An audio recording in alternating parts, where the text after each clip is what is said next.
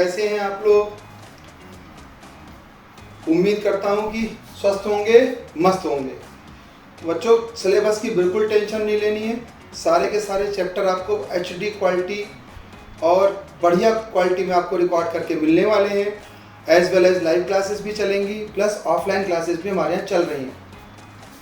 तो अब हम बच्चों शुरू करने जा रहे हैं chapter 12 to class 12 chapter 2 real functions. Functions कह लें रियल फंक्शंस एक ही बात है। अयोटा इसमें स्ट्रिक्टली बैन होता है। फंक्शंस में अयोटा नहीं आ सकता, कॉम्प्लेक्स नंबर नहीं आ सकता। और उसका हम लोग आज वीडियो 1 यानी कि आज हम लोग पढ़ने वाले हैं फंक्शन की डेफिनेशन। तो रियल फंक्शंस क्या होते हैं? रियल फंक्शंस, तो सबसे पहले मैं आपको इसकी डेफिनेशन बताने जा रहा हूँ। रियल फंक्शंस, रियल फंक्शंस में क्या है? The relation between two or more than two variables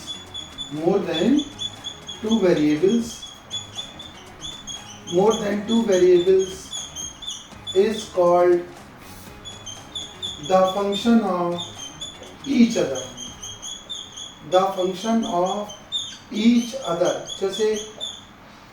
जैसे बच्चों मैं आपको इसमें बताऊं कि जैसे कि मैंने फॉर एग्जांपल मैंने यहाँ पर कहा कि y is equal to x square plus x plus 7। अगर मैं इस इक्वेशन में x की वैल्यू 0 लगा दूं तो y की वैल्यू 7 आएगी। 0 लगा दूं तो y की वैल्यू 7 आएगी। और अगर मैं x की वैल्यू 1 लगा दूं तो y की वैल्यू 1 का स्क्वायर 1 प्लस 1 यानी 2 प्लस 7 यानी कि 9 आएगी। इसका मतलब ये हुआ कि y depends on x, it means y is the function of x। Function में मेरे प्यारे बच्चों ये पहला रिलेशन है, ध्यान रखना कि fx को ही हम y कहते हैं। y is the function of x, it means y depends on x। अगर मैं एक एग्जांपल और दूं आपको, अगर मैं आपको अभी कह दूं कि distance is equal to speed into time, और t को यहाँ पर अगर मैं कांस्टेंट कह दूं, अगर t कांस्टेंट है तो हम ये भी कह सकते हैं distance is the function of speed, it means distance depends on speed. यानी कि अगर हम 10 किलोमीटर पर आवर की स्पीड से जाएंगे कहीं 2 घंटे के लिए तो 20 किलोमीटर हो गया। और 10 किलोमीटर पर आवर की स्पीड से अगर हम टाइम कांस्टेंट कर दें, स्पीड बढ़ा दें, तो फिर डिस्टेंस जो है स्पीड पर डिपेंड करेगी। Distance is the function of speed, और we can say that speed is the function of distance, हम ये भी कह सकते हैं। तो ये थी बच्चों फंक्शन की डेफिनेशन। अब मैं आपको फंक्शन की डेफिनेशन के बाद 2-3 नोट पॉइंट बताने जा रहा हूँ, बहुत ध्यान से समझिएगा। पहला नोट पॉइंट आ रहा है, if set A contains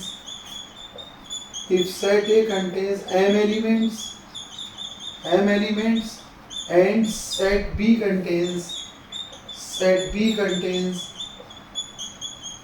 n elements, then total number of relations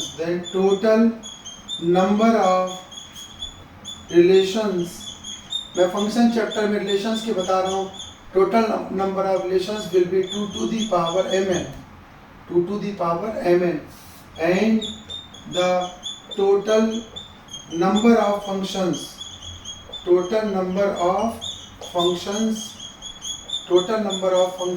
from A to B, A से B में जो फंक्शन होंगे तो B सेट जो है उसमें एलिमेंट का नंबर की पावर में एक एलिमेंट आ जाएंगे।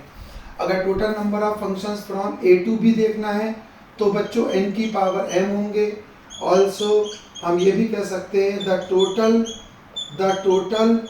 नंबर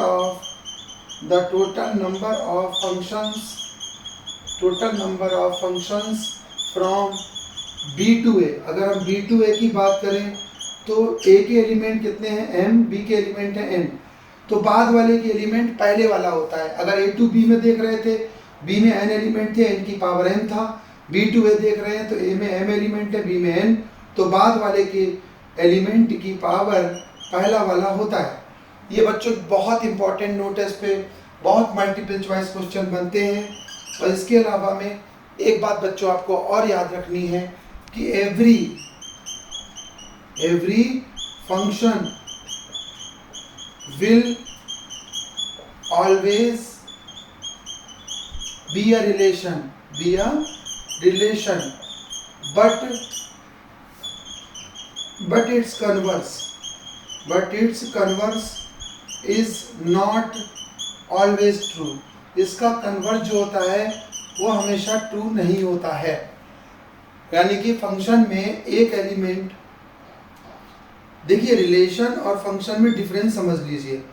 ये वाला जो केस है बच्चों, अल्फा बीटा, ये रिलेशन में गिना जाएगा, लेकिन रिलेशन में गिना जाएगा but it is not a real function. ये रियल फंक्शन में ये केस नहीं गिना जाएगा, क्योंकि एक एलिमेंट की एक से ज़्यादा इमेज नहीं हो सकती, जबकि ढेर सारे एलिमेंट की एक इमेज हो सकती है। तो ये जो केस है ये रिलेशन में तो आएगा लेकिन फंक्शन में नहीं आएगा। यानी हम कह सकते हैं कि every function is always a relation but every relation is not always a function. तो इस बात का ध्यान रखना है। इसके बाद बच्चों हम लोग ये बात ध्यान रखेंगे कि जैसे कि f is a function from a to b।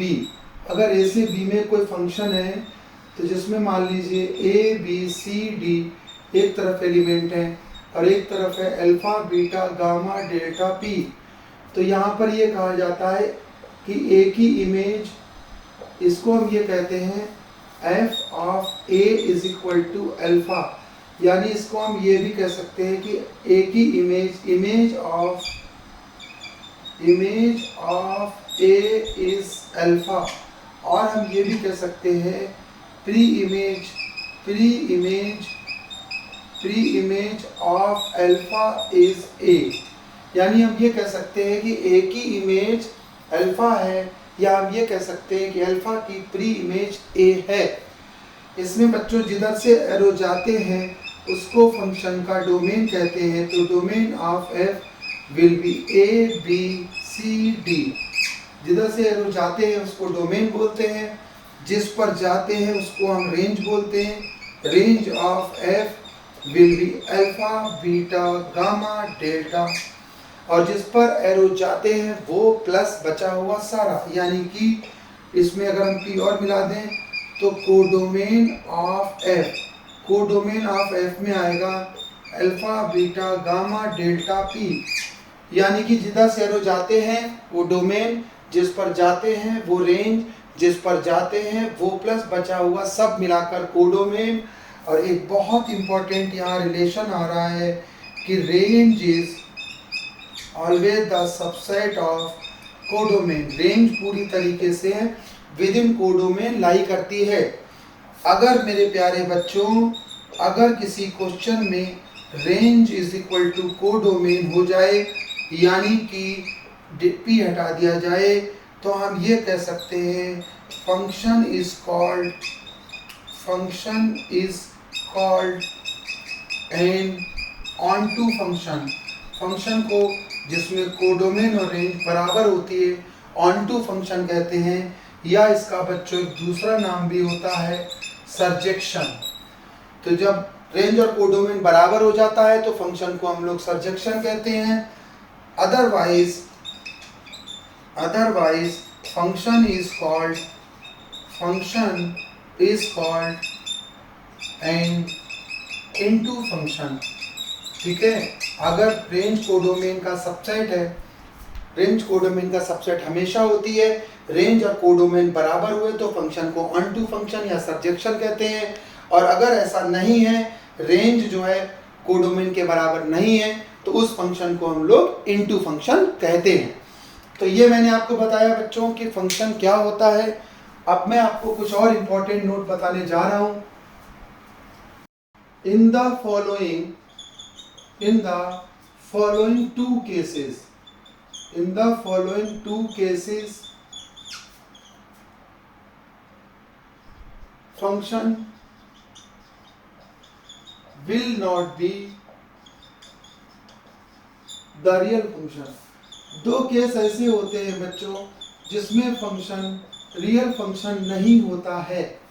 Number 1, अगर जो है जिधर से एरो जा रहे हैं a b c d और एक तरफ लिख दिया जाए अल्फा बीटा गामा, ए की इमेज अल्फा है, बी की बीटा, सी की गामा। इस केस में फंक्शन रियल फंक्शन नहीं होता है, क्योंकि जिधर से एरो जाए उधर का कोई भी एलिमेंट खाली नहीं होना चाहिए।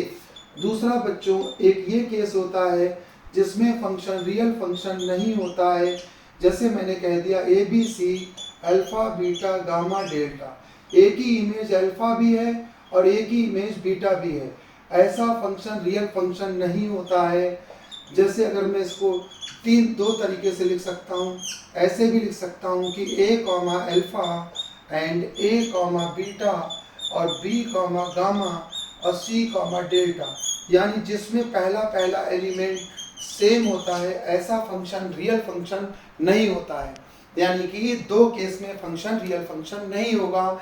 एक तो जिधर से एरो जा रहे हैं उधर का कोई भी एलिमेंट खाली नहीं होना चाहिए। दूसरा ये है कि बच्चों, जिधर से एरो जा रहे हैं उधर के एक एलिमेंट की एक से ज़्यादा इमेज नहीं हो सकती। इन दो केस में फंक्शन रियल फंक्शन नहीं होता है। इसके बाद बच्चों एक और नोट पॉइंट आ रहा है, वो ये है ड्रॉ द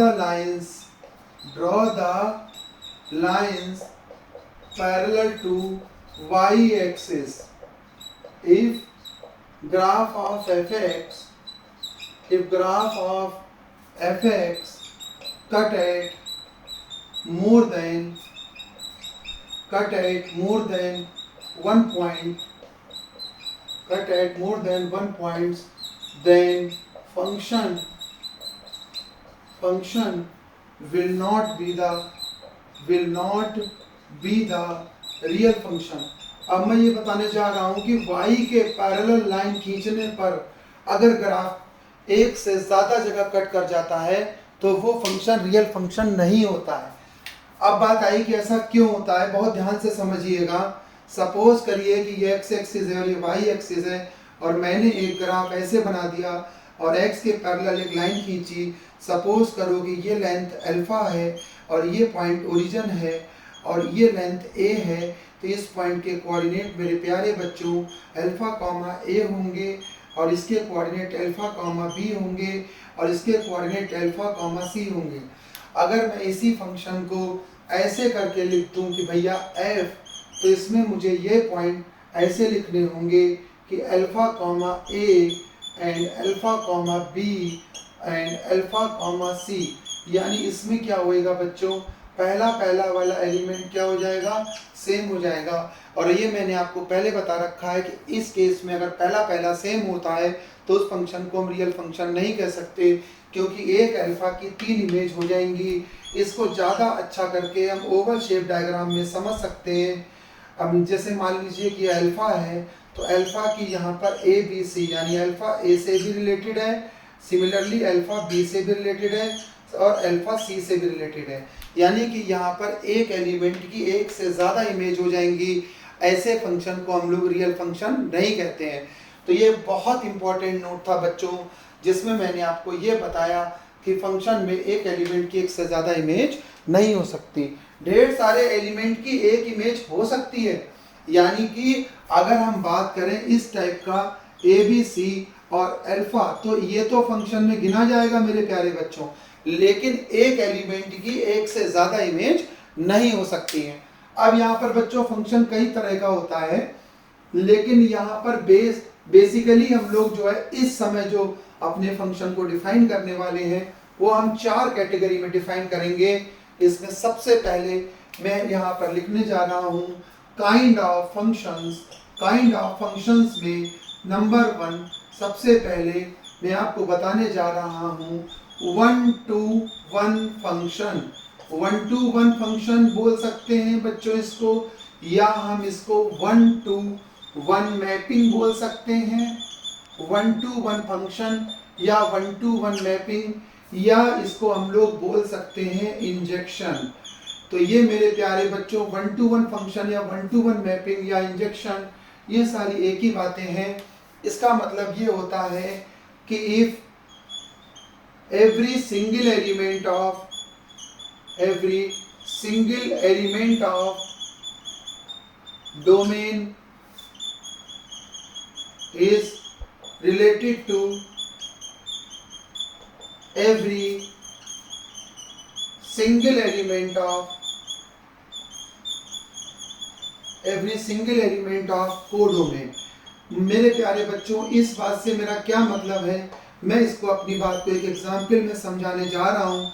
जैसे मैंने यहाँ पर एक फंक्शन बोला आपको, जैसे मैंने ये कहा कि f is such that a to b एक फंक्शन है जिसमें मैंने एक तरफ लिख दिया a b c और दूसरी तरफ लिख दिया बच्चों अल्फा बीटा गामा। इस फंक्शन को मैं 1 to 1 फंक्शन बोलूँगा। ये 1 to 1 फंक्शन है। अब चूंकि इसमें जो है वो डोमेन ABC है और रेंज जो है वो यहाँ पर अल्फा बीटा गामा है, और रेंज अल्फा बीटा गामा के साथ साथ कोडोमेन भी अल्फा बीटा गामा है। तो 1 to 1 फंक्शन तो ये है ही, और 1 to 1 के साथ साथ इसको हम 1 to भी कह देते हैं।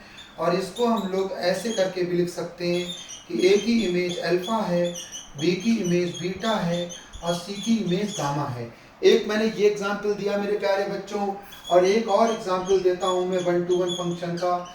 जैसे f is such that p to q। अब इसमें मैंने एक तरफ p बनाया, एक तरफ मेरे प्यारे बच्चों q बनाया। एक तरफ मैं लिखता हूँ ABC और दूसरी तरफ लिखता हूँ अल्फा बीटा गामा डेल्टा। यानी यहाँ पर मेरे प्यारे बच्चों इसका जो डोमेन है वो ABC हुआ और इसकी जो रेंज है वो अल्फा बीटा गामा हुई, और को domain alpha beta gamma delta. जिधर से एरो जाएं उधर का कोई भी एलिमेंट अगर खाली है तो वो फंक्शन रियल फंक्शन नहीं होगा, लेकिन जिस पर एरो जा रहे हैं उसके अलावा में कोई भी खाली अगर है तो वो फंक्शन रियल होगा। और जिसमें कोई भी एलिमेंट बी सेट का खाली नहीं है, जिधर की तरफ एरो जा रहे हैं उसको हम लोग ऑन टू फंक्शन कहते हैं। और जिसमें इधर का कोई भी एलिमेंट खाली हो जाएगा वो 1 to 1 तो होगा ही होगा, लेकिन 1 to 1 के साथ साथ वो ऑन टू नहीं होके इनटू होगा। यानी इस फंक्शन को हम लोग 1 to 1 तो बोलेंगे ही बोलेंगे, 1 to 1 फंक्शन तो ये बच्चों है ही है, एज वेल एज ये फंक्शन जो है वो इनटू फंक्शन भी कहलाता है।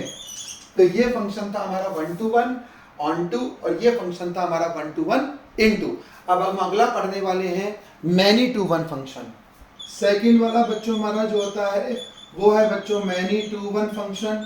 इसमें क्या होता है मेरे प्यारे बच्चों, if more than one element, if more than one element of domain, more than one element of domain is related to, if more than one element of domain is related to single element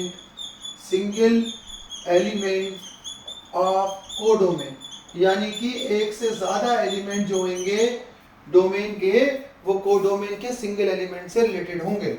अब मैं इस बात को अपना एक example के through समझाने जा रहा हूँ। जैसे पिछले टाइप ऑफ फंक्शन की तरह मैंने यहाँ पर लिखा है such that a to b, एक तरफ मैं लिखता हूँ बच्चों a b c d और एक तरफ लिख देता हूँ अल्फा, और मैं यहाँ पर a b c को अल्फा से और d को बीटा से रिलेट कर देता हूँ। इसको बच्चों हम लोग ऐसे भी लिख सकते हैं कि ये फंक्शन ये क्या हुआ हमारा a कॉमा अल्फा और b कॉमा अल्फा और c कॉमा अल्फा और d कॉमा बीटा। यानी कि अगर बाद वाला एलिमेंट कई जगह पर सेम है तो उस फंक्शन को हम लोग इसको कहते हैं many to 1 function, many to 1 function. अगर हम इस फंक्शन के डोमेन की बात करें तो डोमेन इसमें ए बी सी डी होगा और रेंज इसकी अल्फा बीटा होगी। चूंकि रेंज भी अल्फा बीटा है और कोडोमेन भी अल्फा बीटा है, इसलिए इसको मैनी टू 1 के साथ साथ हम इसको ऑन टू फंक्शन भी इसको बोल सकते हैं। और एक और एग्जाम्पल लिखेंगे F is such that P to Q, ठीक है। इसमें हमने एक तरफ बच्चों सेट बनाया p, एक तरफ बनाया हमने q और एक तरफ लिख दिया इसमें a b c d और इसको हमने अल्फा पर मैप करा दिया और इसमें हमने जो है बीटा को खाली छोड़ दिया।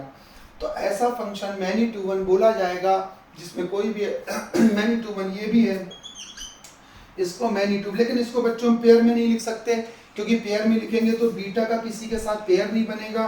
तो इसका केवल और केवल ये ओवल शेप में लिख के बताया जा सकता है।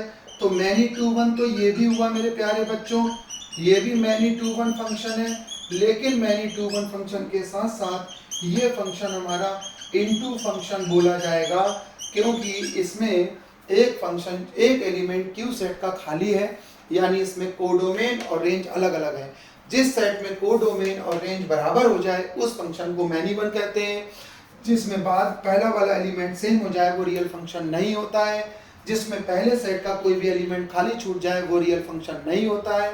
जिसमें बाद वाला एलिमेंट सेम हो जाए वो फंक्शन जो है वो मैनी टू वन फंक्शन होता है। इसके बाद बच्चों हम लोग बात करते हैं थर्ड फंक्शन की। थर्ड फंक्शन हमारा जो हुआ उसको हम लोग बोलते हैं onto function. Onto function या फिर इसका दूसरा नाम होता है मेरे प्यारे बच्चों सर्जेक्शन। ऑन टू फंक्शन या सर्जेक्शन क्या होता है मेरे प्यारे बच्चों? A function f is said to be an onto function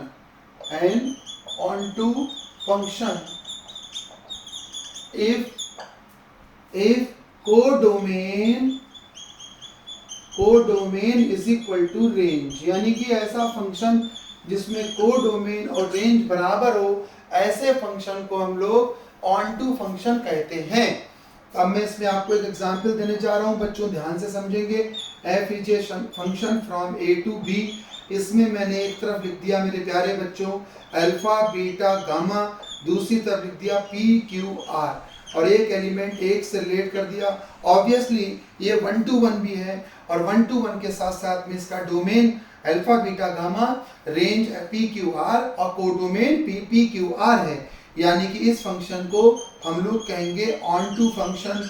वो बात अलग है कि ऑन टू के साथ साथ ये फंक्शन जो है वो ऑन टू फंक्शन के साथ साथ ये फंक्शन 1 to 1 भी है।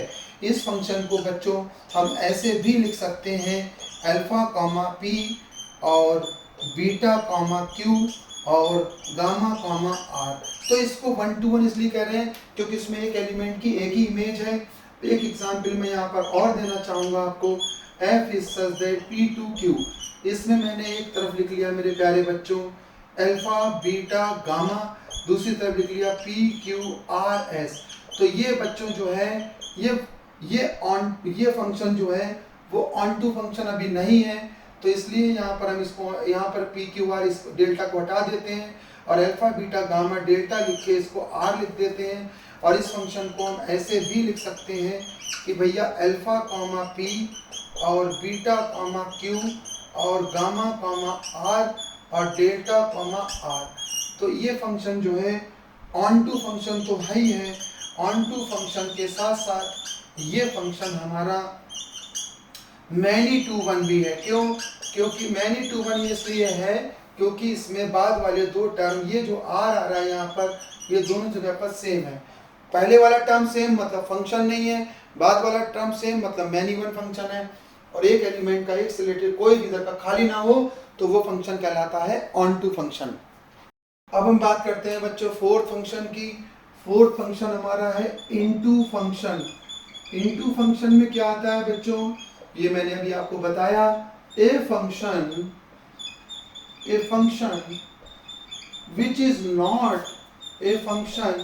which is not onto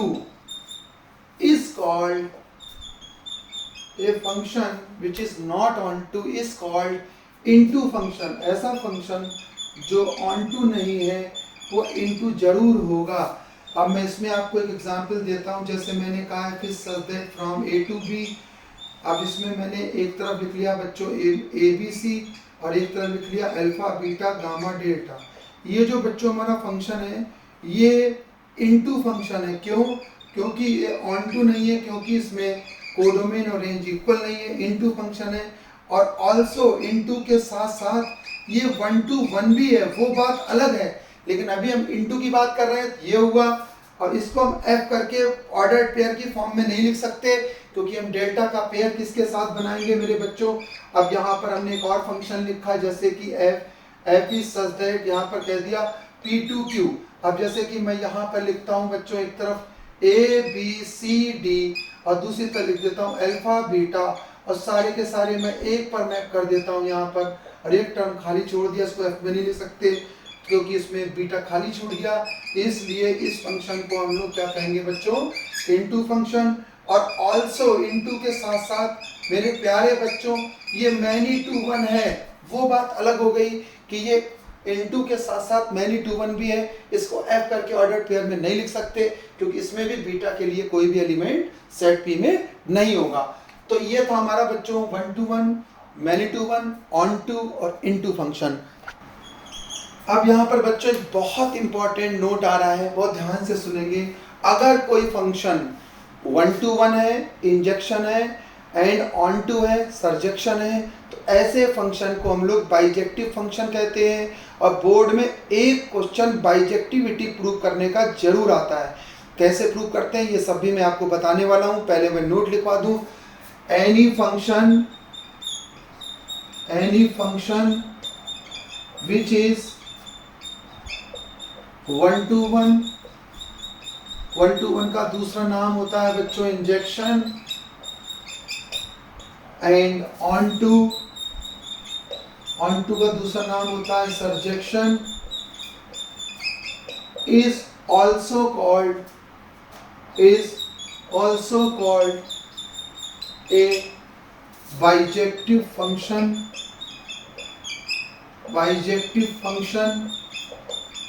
और बाइजेक्शन। यानी ऐसा फंक्शन जो वन टू वन भी हो और ऑन टू भी हो, इंजेक्शन भी हो और सर्जेक्शन भी हो, ऐसे फंक्शन को हम लोग बाइजेक्टिव फंक्शन या बाइजेक्शन कहते हैं। फॉर एग्जाम्पल अगर मैं इसमें बात करूं कि तो F is such that A to B, अगर मैं ऐसे लिख दूं दोनों तरफ, जैसे एक तरफ लिख दूं मैं ए बी सी मेरे प्यारे बच्चों, दूसरी तरफ लिख दूं अल्फा बीटा गामा, और इसको मैं ऐसे भी लिख सकता हूँ। तो ये एक जो फंक्शन बोला, ए की इमेज अल्फा है या अल्फा की प्री इमेज ए है, बी की इमेज बीटा है या बीटा की प्री इमेज बी है, सी की इमेज गामा है, और इस फंक्शन में डोमेन ए बी सी है, रेंज अल्फा बीटा गामा है और कोडोमेन भी अल्फा बीटा गामा है। तो ऐसा फंक्शन जो होता है मेरे प्यारे बच्चों, ये इसको हम लोग बोलते हैं वन टू वन फंक्शन, या फिर इसका one to one function and onto function ये कहते हैं, या फिर हम ये भी कह सकते हैं दैट इज बाइजेक्शन। ऐसा फंक्शन बाइजेक्टिव फंक्शन कहलाता है। अब इसके बाद बच्चों एक नोट हम और पढ़ने वाले हैं। ये है बच्चों draw the lines parallel to x axis if graph of fx cut at more than, draw the lines parallel to x axis if graph of fx cut at more than 1 point by these lines, then we can say that function will be many to one function।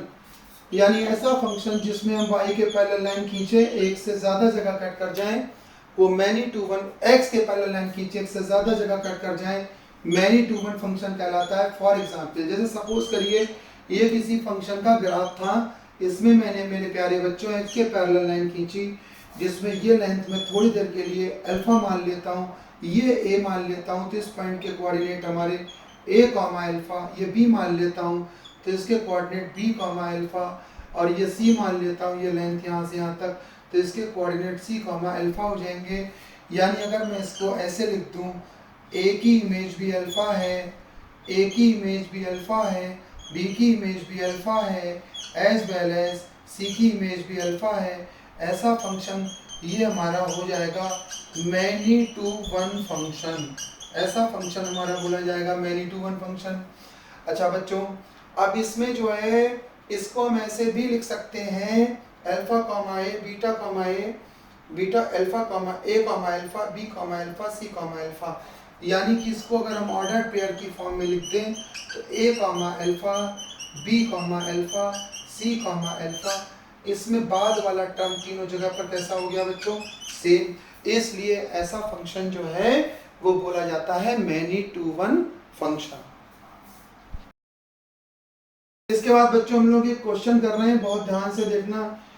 In the following two cases, in the following two cases which is not a real function, ये question board में आ चुका है। which is not a real function, give the reason to support your answer, support your answer। यानी कि यहाँ पे उन्होंने दो डायग्राम बना के दे रखे हैं और उसमें पूछा है कि कौन सा फंक्शन रियल फंक्शन नहीं है और क्यों। दो केस दे रखे हैं, एक ये बनाया और एक ये बनाया। अब देखो मेरे प्यारे बच्चों, मैंने आपको ये बताया कि अगर आपको ये चेक करना है कि फंक्शन रियल फंक्शन है या नहीं है, आप उसमें y के पैरेलल लाइन खींचो तो लाइन केवल एक जगह कट करनी, सारी लाइन केवल एक जगह कट करें। तो ये जो फंक्शन हुआ ये रियल फंक्शन है, ये वाला फंक्शन रियल फंक्शन है। जबकि इसमें हम x के पैरेलल लाइन खींचते हैं तो एक से ज़्यादा जगह कट कर जाती है। इससे हमें ये पता लग रहा है कि एक x की वैल्यू के लिए दो y मिलेंगे। देखिए मान लीजिए अगर ये अल्फ़ा है और ये a है तो एक मिलेगा हमें अल्फ़ा कॉमा a, और अगर ये अल्फ़ा है और ये b है, ये अल्फ़ा था और ये a था और ये पूरी डिस्टेंस b थी, तो अल्फ़ा कॉमा a मिला और अल्फ़ा कॉमा a मिला और अल्फ़ा कॉमा b मिला। तो यहाँ पर एक एलिमेंट की एक से ज़्यादा इमेज हो जाएंगी और ऐसे केस में फंक्शन रियल फंक्शन नहीं रहता है। तो जब एग्ज़ाम में ये क्वेश्चन आया था बोर्ड में 2008 में, तो वहाँ पे हमें रीजन में ये लिखना था, जब हम इसमें x के पैरेलल लाइन y के पैरेलल लाइन खींचते हैं तो सब एक जगह कट करते हैं, यानी कि एक x के लिए एक y है। इसमें क्या होगा कि हम जब y के पैरेलल लाइन खींचते हैं तो दो जगह कट कर रही है, यानी कि एक x के लिए दो y है, और ऐसा फंक्शन रियल फंक्शन में नहीं होता है। ये मैंने आपको बताया। कई बार क्या होता है कि इस केस में बच्चा कहता है कि सर मैं तो यहाँ पे लाइन खींच के देखूंगा, यहाँ पे तो ये तो एक ही जगह कट कर रही है। तो मैंने ये नहीं कहा है कि एक लाइन को आप अपनी कन्वीनियंट के हिसाब से खींच लें। पूरे ग्राफ पर parallel line, infinite parallel line खींची जाए, जितनी पॉसिबल है सारी खींची जाए और सबकी सब एक जगह कट करें तो वो फंक्शन रियल फंक्शन होगा। और कोई एक भी लाइन एक से ज़्यादा जगह कट कर देगी तो वो रियल फंक्शन नहीं होगा। तो ये बच्चों मैंने आज आपको जो है टाइप ऑफ फंक्शन के बारे में बताया, और इसके अलावा में मैंने आपको कुछ नोट पॉइंट लिखवाए। अब मैं बात करता हूं कि 1 to 1 और ऑन टू और 1 to 1 into surjective bijective prove कैसे करते हैं, तो ये हम लोग बच्चों पढ़ने वाले हैं। और इसको पढ़ने के लिए हम लोग जो है क्लास 12 चैप्टर 1 फंक्शंस वीडियो 2 का वेट करेंगे।